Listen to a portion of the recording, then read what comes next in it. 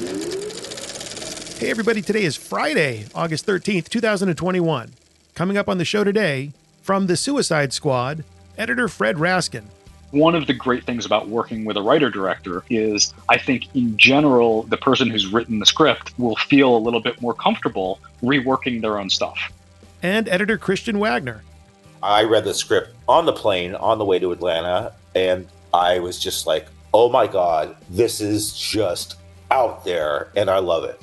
Yes, all that and a lot more on this episode of The Rough Cut.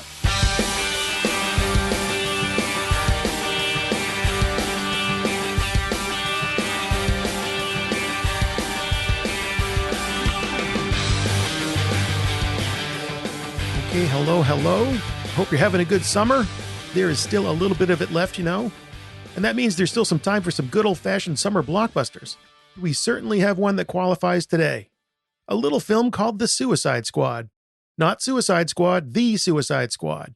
An important distinction, to be sure. The Suicide Squad is directed by James Gunn and features his patented take on action, comedy, and a little blood, guts, and gore for good measure. To help him with the latest installment in the DC Universe, James called on an old friend from his Marvel days, editor Fred Raskin. Fred worked with James on both of the Guardians of the Galaxy films, so James had to know that Fred was up for the challenge of the Suicide Squad. Another prominent director that Fred is known to cut for is Quantin Tarantino.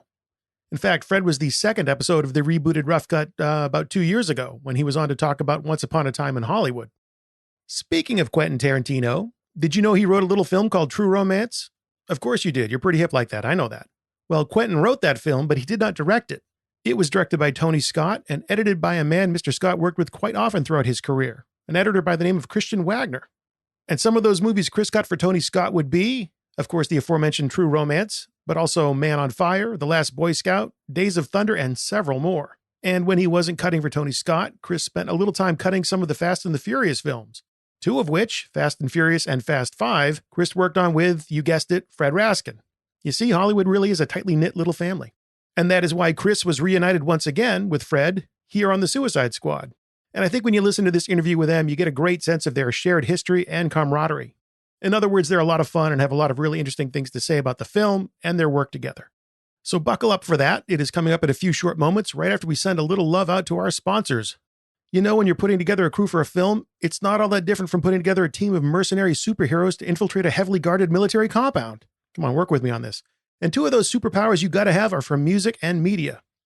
Now, when it comes to moving media, you gotta have our friends from Massive on your squad. They help you solve your most challenging media problems, namely how to easily, safely, and efficiently share even the most enormous of media files that result from you shooting all that high-res media.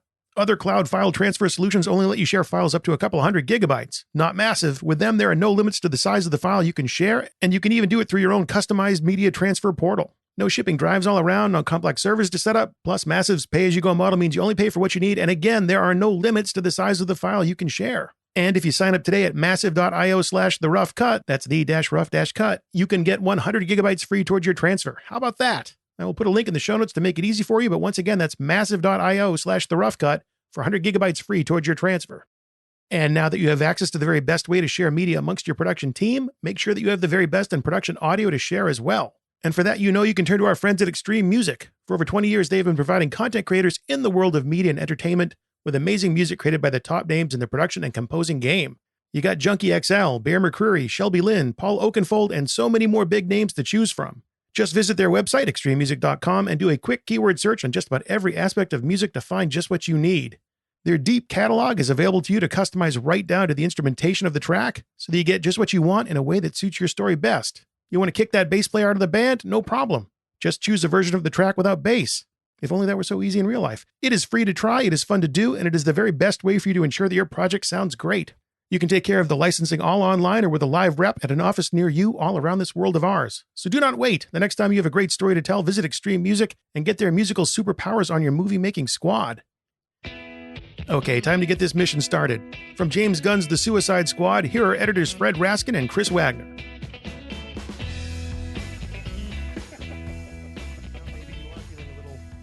Crazy. Oh, much too late for that. Fred, this is, I believe, your third film with Christian. So I'd just like to hear a little bit about the first project you worked on together and the things you discuss with another editor when you're working together for the first time. So the first project we worked on together was the fourth Fast and Furious movie. I had cut the third one, Tokyo Drift, with Kelly Matsumoto. And Chris, you tell me the story in terms of how you came to that project. I remember our first meeting, of course. Yes, I literally just got a call out of the blue from McRitchie and Lisa Rogers, and I was working with Walter Parks at the time on a medium budget horror film called it was called so many things. I think it was released as The Uninvited, and I just got the call, and I was like, "Fast and Furious? Are you kidding me? I'm a car lover, and I would love to." Yeah. Yeah, I mean, I remember I was cutting previs on the fourth movie, and you came into my office, and I think we sat down for like an hour, and really just kind of it was half just shooting the shit, and half let's talk about what the working relationship would be.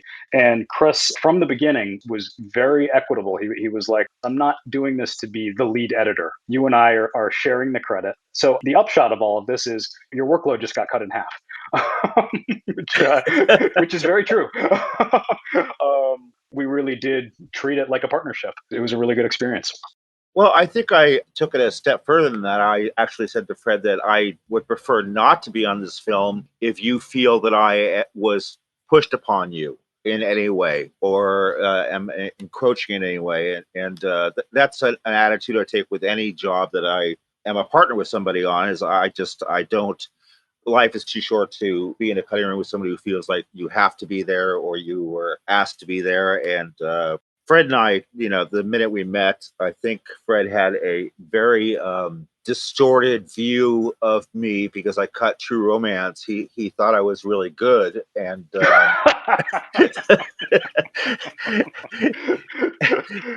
it had a false sense of being starstruck. And I think he realized after the first week of working together that just wasn't true.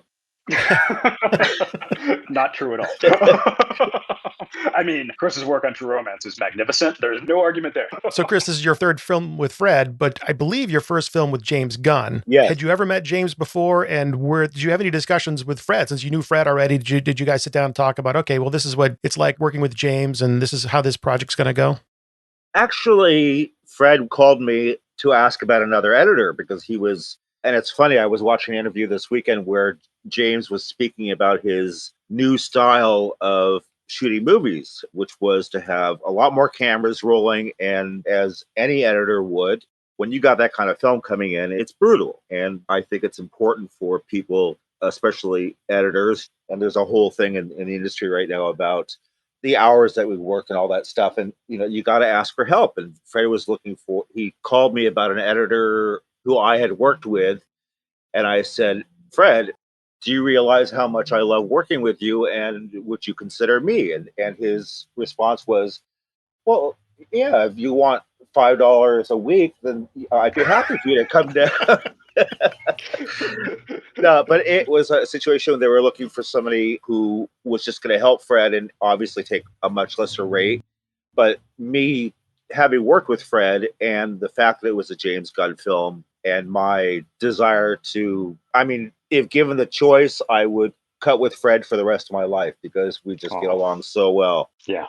But all those factors involved, I was like, I got on a plane and he didn't discuss James Gunn with me, I don't think at all. He just said that there was a lot of film and I was like, send it my way and I'll cut it. And I mean, Chris, coming from having worked with Tony Scott a number of times, I knew had a healthy amount of experience working with a director who shoots plenty of film. And for me, what Chris is saying is absolutely correct. James's shooting style changed dramatically for this movie. Before, he was shooting one or two cameras, and usually the second camera was just it was only the A camera that was really important to James. The second camera was, well, we can afford to roll something, so we will. Here, it was like 3 or 4 cameras on everything all the time. And so it took about 3 weeks before I was like, yeah, I'm completely buried and I'm falling behind as is. So I'm going to need some help. It's an interesting evolution because, and I'm thinking about James, who I think is absolutely a complete genius. It amazes me because when I met Fred, he had worked with Justin, and then on, I think, Fast 5, with the horrible situation with Sally Menke passing away, I went into Fred's room and said, I know you're friends with Quentin. You need to go to him and be his editor. And I don't remember the conversation exactly, Fred. I think you were a little, you were like, you got to be kidding me. That's ridiculous. And I said, no, why? You're a great editor. Why wouldn't you? So you're close. Okay. It did happen similarly to that. Quentin gave me the script to Django Unchained when he finished writing it, which was just after we'd finished Fast Five. And I read it, not honestly having any thought to him having me edit it. He had invited me to rough cut screenings of both Death Proof and Inglourious Bastards. And so I thought him giving me the script was really just him wanting my opinion. And I told Chris that I had read it and I loved it. And Chris said, you should write Quentin an email and tell him that you want to cut the movie. I think what he said was, Hollywood appreciates a bold move. And I'd been thinking about doing something along those lines anyway, but I think Chris's advice sort of solidified it for me. And so I had sent Quentin an email after I read the Django script, and I made sure I read it twice so I knew what I was talking about. And I emailed him and I basically sang the praises of the screenplay and told him how much I loved it. And then at the end of the email, I said, I know that you're going to have every editor in Hollywood knocking on your door to ask you to let them cut your movie. So I figured I might as well be the first. I have a lot less experience than the vast majority of them, but I will also work harder than any of them. And the next morning, I got an email back from him saying, thank you so much for your email. I'm in New York right now, but I'll be back next week. I've been thinking about having you do this with me. So let's talk when I get back and don't take any other jobs. Wow. That's a hell of an email. So, that was pretty exciting. Speaking of scripts, what did you guys think when you read the script for The Suicide Squad? Was there any feedback or notes that you guys had for James? Anything in particular that you two discussed in regards to things you thought might require some special attention? I think I read the screenplay probably 4 months before shooting started. And honestly, it was really solid. I don't think I really had any notes for him when I read the script. Honestly, the one note that I had came after I watched. So one of James's piece of advice to me was, you really don't need to watch the first Suicide Squad movie. But I thought it couldn't hurt for me to because stylistically, the way the songs were being used, I was sort of curious to see how the songs had been used in the first movie. So I did end up finally watching it 2 weeks before production started. And the only note that I really had was, don't do this. No. Will Smith's character, Deadshot, has a teenage daughter in the first Suicide Squad. And Idris Elba's character, Bloodsport, also has a teenage daughter. And I don't think it's any secret that when the movie was originally written, it was going to be with Will Smith in the lead. And so my one comment was, I wonder if you could change this to a son, or if it should be a niece or something. It feels like a little too close to the first movie. And by that point, they had cast the magnificent Storm Reed as Bloodsport's daughter, and James was like, "She's so good, I can't change it." And it turned out he was completely right. So literally, my one note was totally worthless. But you write a great email. I've seen in interviews with James Gunn, he keeps mentioning 70s war movies as being something that he referenced for the Suicide Squad. Did he give you guys anything to draw from in terms of points of reference? Well, I want to clarify that, and I would actually say 60s war movies. 60s war movies, okay. Specifically Men on a Mission movies. He often references The Dirty Dozen, but I think Guns of Navarone, even The Great Escape, that's the sort of the starting point for this movie. But he was saying that kind of from the moment he gave me the script, that it's referencing these 60s Men on a Mission movies. But there wasn't anything where he was like, you need to watch this. Because as you could tell, the movie is sort of its own thing. It uses those movies as a starting off point, and then kind of becomes what James does. The glorious combination of brutal violence and hilarious comedy. In an action movie like this, you really want to get to the action as soon as possible, yet you guys have a lot of characters to introduce, and you did it in a really clever manner that managed to do both. It was really all there in the script. The first action sequence was completely prevised, and James sticks very closely to his previs. Really, you're looking for the best performances, and obviously when he was shooting with as many cameras as he was, there was definitely some room for improvisation. But the main thing was to kind of like all the beats were laid out in the previs in terms of the order of events and in terms of how the characters were laid out and introduced.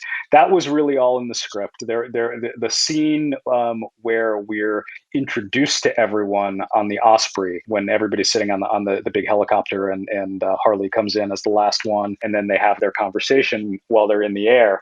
That was one of the two most revised scenes in the movie. Like, we just kept going back to it over and over again to try and make it as strong as it could possibly be.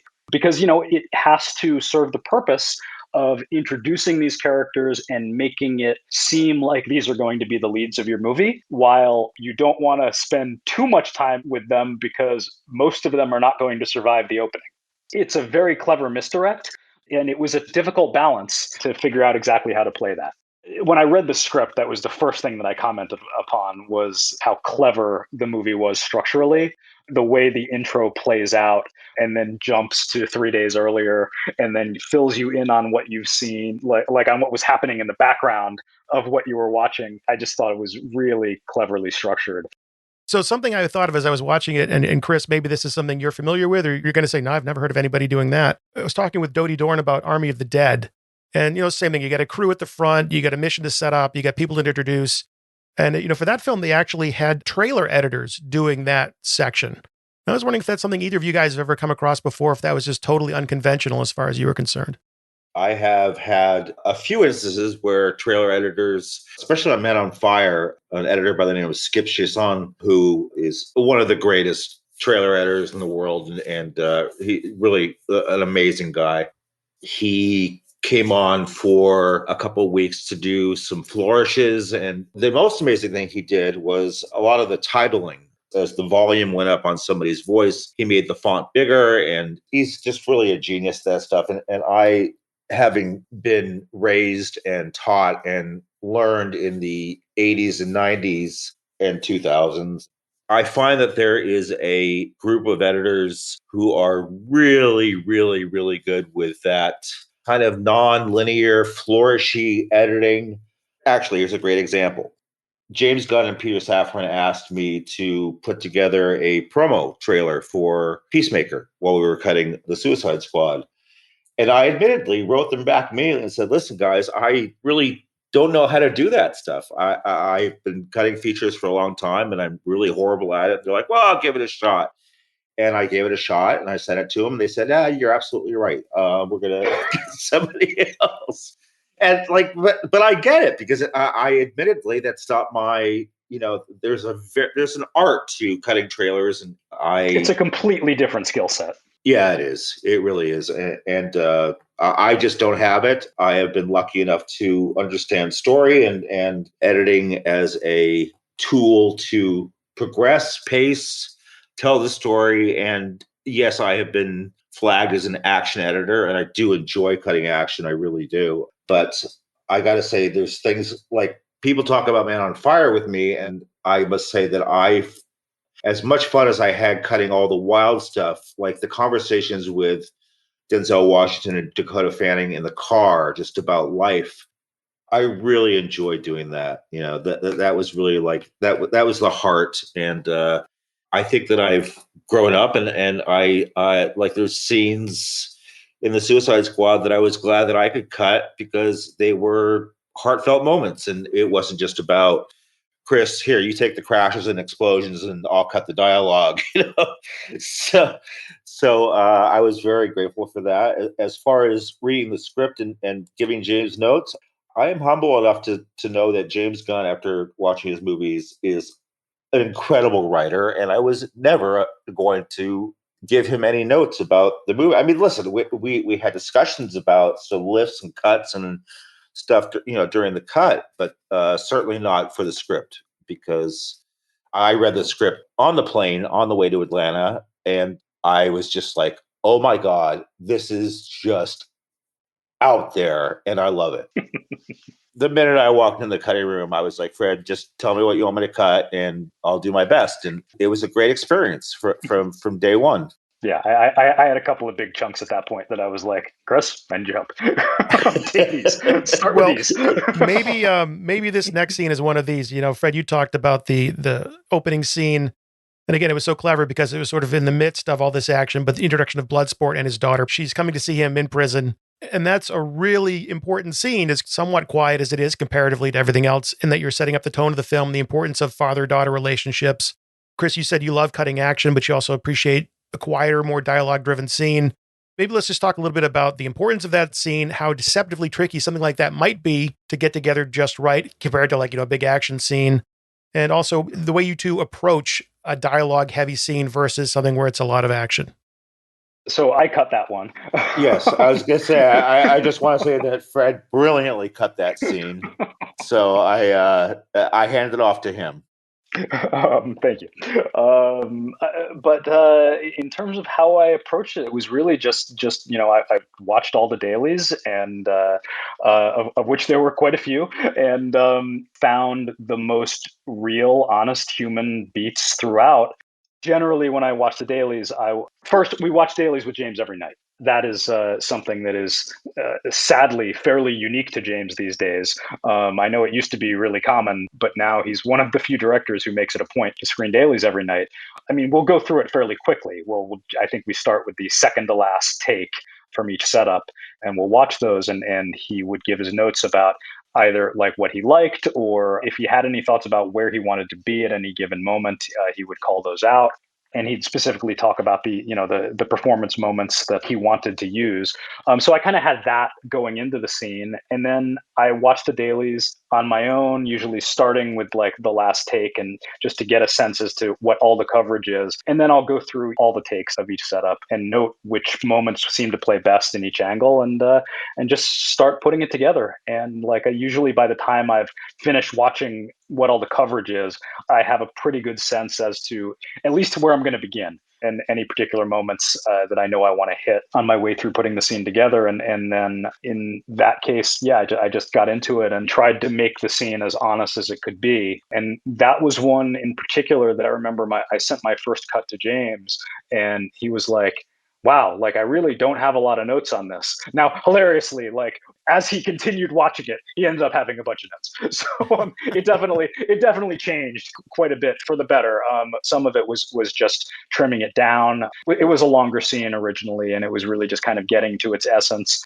Some of it was, you know, they have the exchange where they yell "F you" at each other. And I think in my first pass, I just had, they each said it to each other once. And now it's this funny little back and forth. It's much better. This was definitely a situation where we're having a director guiding the editing of the sequence made it better. Yeah, more father-daughter FUs are generally better. Yes. Yeah, you handled that very It's a good well. rule of thumb. It is. It's one of those unwritten rules, but it's a rule all the same. Chris, you talked about, you know, getting on the plane and flying out there. It's like, script, what script? This is a James Gunn movie. I get to work with Fred. This is going to be great. When you get there, the machine's already set up. It's already in place. But are there certain things, certain ways you like to work where regardless, okay, we already have this post workflow set up, but there's just certain ways that you like to work that you're going to work that way no matter what? Well, first, I'd like to just touch on the point that I think the fundamental, if you were to find a difference between me and Fred, is, and I'm getting this now after a couple of interviews with him and also working with him, I think the fundamental difference between Fred and I is that I usually cut together a scene. I mean, I take my time, I do my diligence of looking at the dailies and all that stuff, but I like to cut it together really fast and then go back and go through the dailies again and insert and delete and do stuff like that. Where I think, and Fred, if I'm speaking out of turn, please, jump in. But I find Fred to be okay, I got the dailies. They're all sorted in the bin. I'm closing the door. Don't knock on my door. Don't call me. Don't text me. I'm going into this scene. And he goes in and he does it. And he really, really takes his time and is very conscious of all this stuff. And I don't know where I got it along the way, but like there were a couple instances where James would walk in the room and he'd say, "Hey guys, let's go to dailies." And there was a couple times where I said, "Well, do you want to see the scene before dailies?" He's like, "What are you talking about?" And I said, "Well, I've cut the scene already." And he would just laugh. And I think it was a couple times where he did watch it and had notes and stuff like that. But it's I don't know where I got the I think it came from being Tony Scott's editor for so long with so much film coming in. I just wanted to get a scene together and then do a second pass at it, as where I think a lot of Fred's first passes, for instance, the Harley Quinn escape scene, is pretty much its first cut. I mean, with the exception of a couple changes. So I think if you were to announce to the world what's the big difference between Fred and Chris, I think that I tend to like to get a first pass done as fast as possible and then go back, because in my mind, I have a structure and then I can go back and pick different pieces and different takes if I have to and all that stuff. As where Fred is, you know what? I'll say it like this. I think that I am an editor who didn't go to college, and Fred is. And I think Fred is a lot more focused, not focused, but he's a lot more. I don't think college has anything to do with it. It's an example. It's not about the fact that you went to college, but like in a conversation, there are, like, if you and I went into a conversation, if we were asked to go talk to Steven Spielberg or something like that, the conversation with you and him would be a lot more Jewish.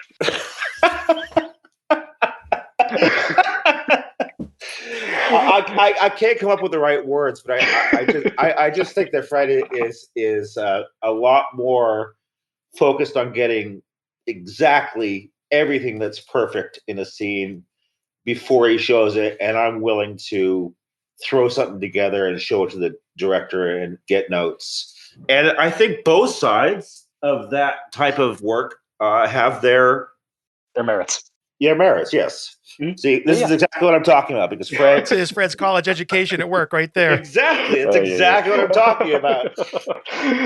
But no, I mean, I do think there's truth in it. Like, I don't want to present anything that I have not been through enough times to feel like it's as perfect as I can get it on my own. I want to be able to fully stand behind it. Having said that, Chris works far more quickly than I do, so I'm very envious of how quickly he's able to put something together. Regardless of your respective styles, going back to that interview I saw with James, and you two might laugh at this, but he said that things came together in the edit fairly easily. He did say that, the filming part was the experiment phase and things really happened in the editing room, which I think we all agree with. Mm-hmm. But he said that it all came together fairly easily, except for he realized he sort of went too far with the Harley Quinn section where she sort of goes off on her own. So that section was, I'm going to say, 80% Chris. It's really all Chris until the escape sequence. Oh, yes. It was me from the time she... Oh, okay. So what we're talking about is exterior palace. That's true. That's a big section. But yeah, it's how that sequence was whittled down from what it originally was in intention to what it became. That was from the time that she drove, she was in the limo, to the time that she shoots El Presidente or Luna and gets caught by the guards, was 99.8% mine. Fred came in at the end and did a beautiful edit. One cut. Yeah, but it was great. It was absolutely great.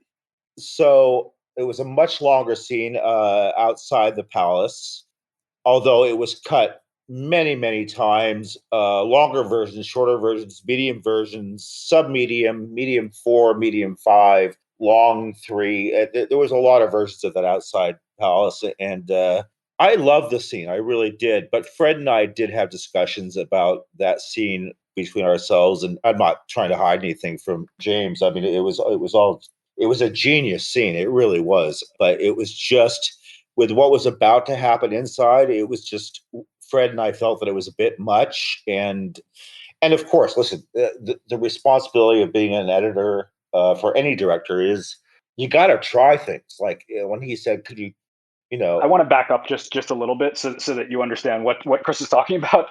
There was a scene which will be included on the Blu-ray release. There are going to be a bunch of deleted scenes. And when Harley arrives outside the palace, well, you can see this in the movie. There are 2 rows of servants on either side of her. And the way it was scripted and how it was originally shot went to the servants and basically acted like she was the queen and gave all these instructions, including a reference to a movie that Chris cut, like crazy instructions. It was very Harley Quinn. She was like, take this guy's face off and replace it with that guy's face, like in that movie, Face Off. I think I know that movie. So that's the scene that Chris is referring to. I'm sorry, you can continue. I didn't want to go out of bounds and talk about it, but since Fred did, that was the scene. And so I was talking to a director. I was interviewing with a director, and I said, I happen to know the editor that you used to work with, and what happened with him. He said, well, I got tired of hearing him say that won't work without trying it. And I was shocked that any editor would say that to a director, but that is a very important thing. You can't, in my opinion, and this has just been the way I feel about working with directors, is that you got to try the things. Mm-hmm. You can't just say it's not going to work. If I've learned anything, it's that when an idea is presented to me and I am 100% certain it is never going to work, 50% of the time it ends up working. That's right. So never say this isn't going to work. You got to try it. So when you both are sitting down looking at a scene, you're saying, this is not working. Chris, do you turn to Fred, Fred, you tell him. You're the one that's been working with him for all these years. No. I mean, Fred and I had our opinions. I think in that instance, we knew this was a scene that wasn't moving the story forward. And the character stuff that it was doing, as far as Harley was concerned, is stuff that kind of hit elsewhere in the movie. And so it felt like a scene that could easily be dropped without having an impact on the movie. So I thought it was too much. I went to Fred. I said, I'm really struggling with trying to make this work. And he said, Chris, it'll never be in the movie. And he was absolutely right. But you still gotta try all the things that could possibly make it work. And so I'm not sure if I was that direct. It does fit with Fred's 50% of the time I'm wrong ethos. So, flip a coin. That's right. Something we haven't talked about yet, at least not directly, is the editorial setup, the workflow that you had in place. And I didn't ask at all about, I know, Chris, you jumped on a plane, went out to Atlanta to work with Fred. Did the pandemic affect you guys at all in terms of having to work remotely, or were you all together throughout post-production? Oh, it absolutely affected us.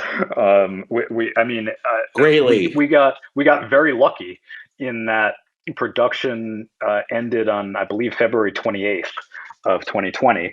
Chris got on a plane the next day. For me, it was a few days later. I was back in the cutting room on, I think, March 3rd or 4th. And a week and a half later, we were all working from home. The nice thing about all of that was that we left Atlanta with a finished movie. Had the shutdown happened 2 weeks earlier, we wouldn't have had the whole movie. And it probably should have. Probably should happen a month earlier. Yes. It's only thanks to the gross negligence of the Trump administration that we ended up leaving Atlanta with a completed movie. And as a result, we were not in a situation where we were going to have to be working for a few weeks to get the assembly together and then shut down until the remainder could be shot. We had the whole movie there. And so we kind of, from an editorial perspective, we just kept working the way we would have in any other situation, except for the fact that we had to go remote, which had a few changes that needed to happen because of that. In particular, we were cutting in, our sound was in 5.1 while we were in Atlanta and for our first week or so back in LA. And once we went remote, everything had to be in stereo. Because we were posting for James in stereo, so that was the only way he was going to be able to hear anything. And all of the means of working remotely could only handle stereo at that point. So we had to reconfigure our audio tracks. If I remember correctly, Fred, and correct me if I'm wrong, but not like all the pans and stuff, they pretty much, when we went to stereo, went across. It's not like we had to go back and repan every effector. Yeah, no, that's correct. If we had gone to mono, then that would have been a horrible situation. But the fact that it was still in stereo, all the pans that we put in 5.1 still actually panned. So it wasn't, but there was a lot of reconfiguring. Correct. It was not a massive job. It was just something that we had to be aware of. Like anything we might have placed into the surrounds, like everything was going to be up front now, and so it might have to come down a little. But no, it was not a massive job, and we did have the time to do it. But the way that it actually ultimately changed things is on the Guardians movies. When we did our first screening for the studio and our test screenings, it came straight out of the Avid. But on this movie, we ended up doing a temp dub. So that we could get it in 5.1, so that when the execs saw it for the first time, or the test audiences who saw it, they would be seeing it with a more complete mix. So what kind of feedback did you get from the test audiences on those initial screenings? The 12 people in the screen? I want to say there were maybe 25, maybe 50. Okay. I think it was a room that held 300 and they put 50 people in there. And none of the creatives attended the test screenings because we feared for our lives. There were cameras on the audience members. But they were masked. Yeah, 50% of them were masked. 50% of them didn't care. It was not particularly valuable in terms of, the reasons why you do test screenings, like in terms of feeling the audience and get where the movie's working and even getting the feedback. Like, frankly, you do sort of have to question the audience that was willing to go to the movies in the throes of the pandemic. So I don't think the movie tested particularly well. I think the response was sort of middle of the road. But, Warner Brothers, to their credit, really liked the movie. And even after test numbers that weren't great, just said, James, keep doing what you're doing. like we're really happy with the movie. Well, so you mentioned how going remote affected your ability to work with audio. Mm-hmm. Something that was brought to my attention by the great Alan Baumgarten was, looking at a cut on a larger screen. The timing of the cut, the way you feel about the cut will change when you see it happening on a bigger screen. It affected me. The way that we were remotely working was we weren't allowed a third monitor, so playback was just Command Shift F. Mm-hmm. And it's different because I've always had, at least a 45, 50, 55-inch playback screen. So yes, when cutting in Atlanta, I was in a room and actually I had a huge monitor. It was actually bigger than the room. Chris was kind enough to work out of a closet while we were in Atlanta. That's right. But we cut in Atlanta that way, and then when we got back, we had big monitors, and some cuts to me were a little different. And then luckily, Fred and I had the ability to watch the whole movie on a screen right before we got kicked out of the cutting rooms. So yeah, there was some changes made because of that. For me, it was a lot more difficult to work remotely than it was for Fred. And also, having worked with James before, he had a much better handle on how to handle all the notes back and forth, which I wasn't used to. I'm used to being in a room with a director. And under normal circumstances, so am I. But yes, these were definitely not normal circumstances. I mean, the way James basically handled the remote situation was we would post cuts on Pix with a timecode burn-in, and James would type up notes based on the timecodes, and we would get those notes and do our best to address them. But I think if we had been I don't know what happened, but if we had a system like all of these companies are protesting to have, like Evercast and all that stuff, where I saw the director, on a screen and we interacted that way, it would have been much easier for me. Yeah, I think you're right. And I think that we all kind of fell into a groove pretty early on of James was very happy to just get cuts and give notes based on those cuts. He is usually during the editorial process, under normal circumstances, would come into my room and would spend some time there. And if he wanted to see a different performance, I would pull that up. But he's not the type to sit in the room for 12 hours a day. He's always got other stuff going on. And so he likes to come in and give notes and then leave and come back. So this sort of played into that in about as extreme a way as it possibly could. Well, I know you guys are both super busy, so I don't want to keep you too much longer, but I do want to squeeze in a couple of things if we can. Fred, that was his way of saying this is getting really boring. I'm gonna stop this interview. No. Chris, I got 2 more pages of questions if you want to make another cup of tea. I'm not going anywhere. But I do have some fun stuff too. I got a little "this is your life" moment to share with Chris in a second. So. Oh God, Chris, it's going to turn out he used to park next to you at Lantana. Fred, we've talked a few times about you working with James on these past 3 films. Mhm. There's actually a cameo in the Suicide Squad that nods to the fact that you've actually known James a lot longer. Lloyd Kaufman from Troma is in the Suicide Squad. Mhm. And there's a little film called Tromeo and Juliet. I don't know if you're familiar with that film, Fred. I have some familiarity with it, yes. So I believe that was your first gig. You were an apprentice editor. It was my second, but yes. And Mr. Gunn, he wrote Tromeo and Juliet. Am I remembering that right? Or I believe he's credited as co-writing it, though I'm not sure that that's accurate. He definitely wrote most of it, and he was on set for like the entire production. So I mean, that was he refers to that as his first movie. He worked very closely with Lloyd Kaufman, and that's 15 years ago. We're talking about. Oh, it's more than 15. I want to say it's 25. Yeah, that was 26. That was 1995. Oh, you're right. That's right. Yeah, literally, I finished film school and I was at NYU. I finished in December of '94. See, he's colleging me right now. And I ran into an actor who had been in the first thing I'd ever done at NYU. I was in the spring of '95. I ran into an actor on the street. I asked him what he was up to, and he said, "I just got cast as the lead in a Troma movie." And my first thought was, Troma is the type of company that will hire anybody to work for free. So if I'm looking to work in an editing room, this is where I should call. And I did. I cold called the offices there. And I said, I just wanted to see if you guys wanted an apprentice editor. And they were like, absolutely. When can you start? And does James remember you from back then? He does. Yeah. I mean, because he would come to daily screenings when we did them. And I remember talking to him a lot at the wrap party for the movie. And we kind of ended up running in some similar circles, so that I came out to LA, not actually while Tromeo and Juliet was in post. And he came out a few years later. But we kept running into each other at various parties and events and had some mutual friends.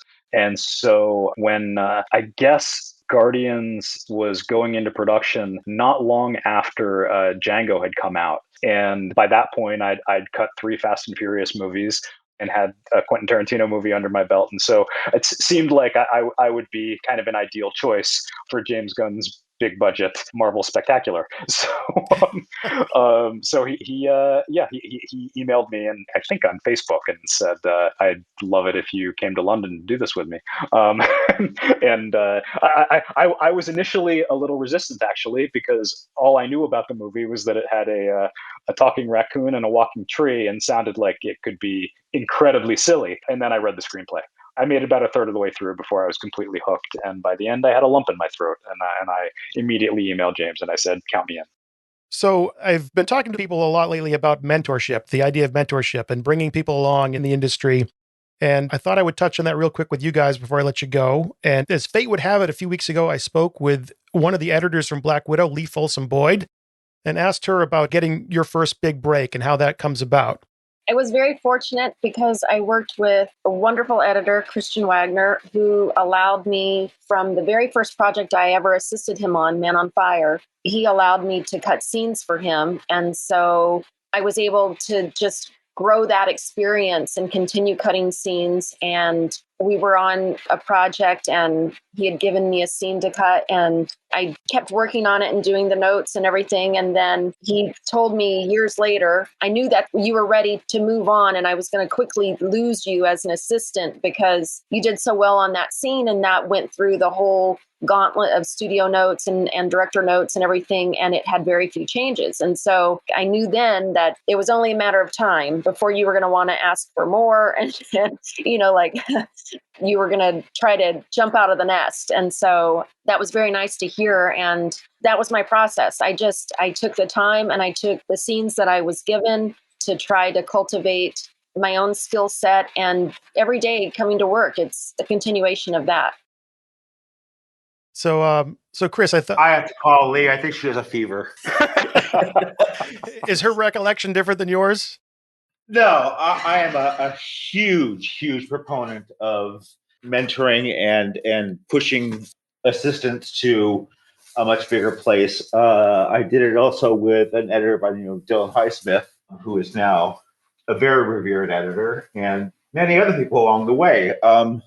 Lee was my assistant for 11 years. And I'm sorry, it's not a little winded. Remember that tea I was making? I recall. Well, that just spilled all over my desk. Oh, no. I've been cleaning up while I've been talking to you. Sorry. Chris, I'm so sorry. Oh, don't worry. Just promise me you'll spill something in all your other reviews, too. I don't want to, I think that would only be fair. It's all fine. It's life. You spill things once in a while. This is true. No, but yeah, Lee had the chops, and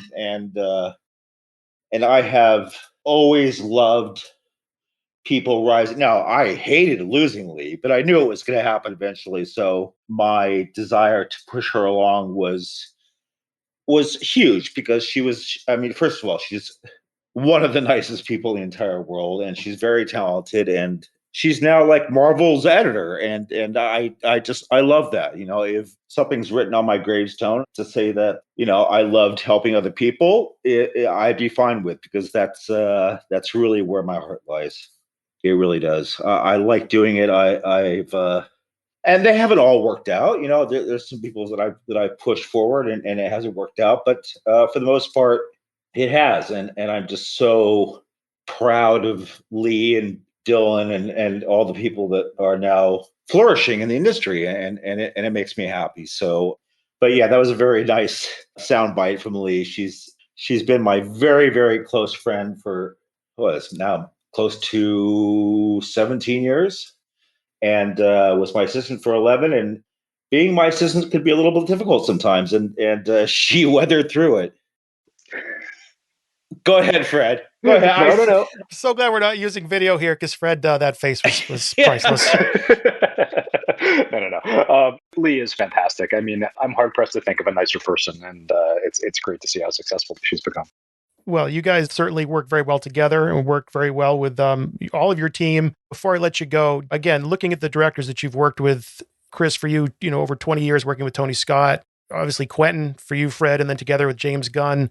Anything in particular that you can think of from any of these directors that you've brought with you in your career? Something where you just said, I'm going to remember that, and I'm going to make that part of my approach to this business, to my craft, whatever you want to call it. I have to attribute most of my skill to Tony Scott. I really do. I mean, it would be a crime if I didn't, because listen, the first film that not the first film I ever edited. We don't talk about the first film I ever edited. Fred, we don't talk about the first film I ever edited. Hero and the Terror? Okay, Fred, that's it. Sorry. But, Tony Scott did with me, and I think, you know what, I didn't just realize it, but I think it's very clear that the reason why I like to push people along the ranks is because Tony did it for me. And he said, I want you to cut True Romance. I'm like, excuse me? It's a Quentin Tarantino film that was written by Quentin Tarantino, and you have been working with Chris Levinson and Billy Weber. And he's like, no, man, I want you to cut it. So working with him for 11 films over 22 years, he was more than a director. He was a very good friend of mine and almost like a second father. So I have to give him the credit for a good part of my intuition about how I edit, if that helps at all. Certainly helped you. Yeah, exactly. Yes, it did. Unfortunately, I took him and Don Simpson and Jerry Bruckheimer's sensibilities along with me, and it's gotten me in trouble. So, for me, I'd say something that I learned from Quentin, and this kind of goes along with what we were discussing earlier about ideas that you don't think are going to work, is he is constantly pushing the boundaries of just out there ideas. Specifically when we were working on Django Unchained, there's a scene that we see play out, and then we restructured something so that we get a flashback to 5 minutes earlier. That is just a crazy idea. It's not the way it was scripted. It's not the way it was cut originally, but it worked beautifully. When he came up with the idea, I was thinking to myself, I certainly didn't say it. I was thinking to myself, this is insane. You're going to jump back 5 minutes? This is not like a flashback to 3 years earlier. It's literally 5 minutes. But it completely worked. And that's the thing. You have to be fearless about trying new stuff. That's one of the great things about working with a writer-director is I think in general, the person who's written the script will feel a little bit more comfortable reworking their own stuff. and James certainly does that too. There were some big cuts that were made in this movie that I would never have thought of doing. Honestly, part of it would be for fear of offending the writer, but also like I thought there were some... Or the editor who cut it? No, I had no fear.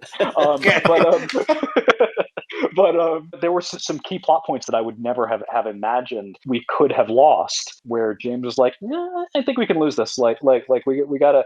I want to keep the pace of the movie moving at this point." And he had really good suggestions, and I think that the fact that the movie uniformly has been received as being very well paced, despite its over 2-hour running time, I think is owing in no small part to our director's willingness to kill his babies. He really is a genius, and you don't really understand that genius until the visual effects sessions that we had and the editing sessions that we had. You really get a window into his mind, and it's really amazing what our VFX sessions were just like. I find Fred and a lot of editors' visual effects thoughts to be, or notes to be, just very incredible stuff. Well, I just said that my thoughts were incredible. That's stupid. No, but if you'd gone to college, Chris, Yeah, that's right. But and then to have it, because I have been with directors who don't understand visual effects. I did a Bond movie with a director who didn't understand visual effects, and it suffered greatly. And just to hear James talk on the sessions about the most minutia of stuff, and now I look at the movie and I'm like, oh my God, like it is like one of the most incredibly done visual effects movies. I never thought, there was a time that I thought that King Shark was, during different iterations was going to be laughed at, not in the right way. But what Kelvin McElvain and James and all of us put into making him work was a minor miracle, and it really paid off.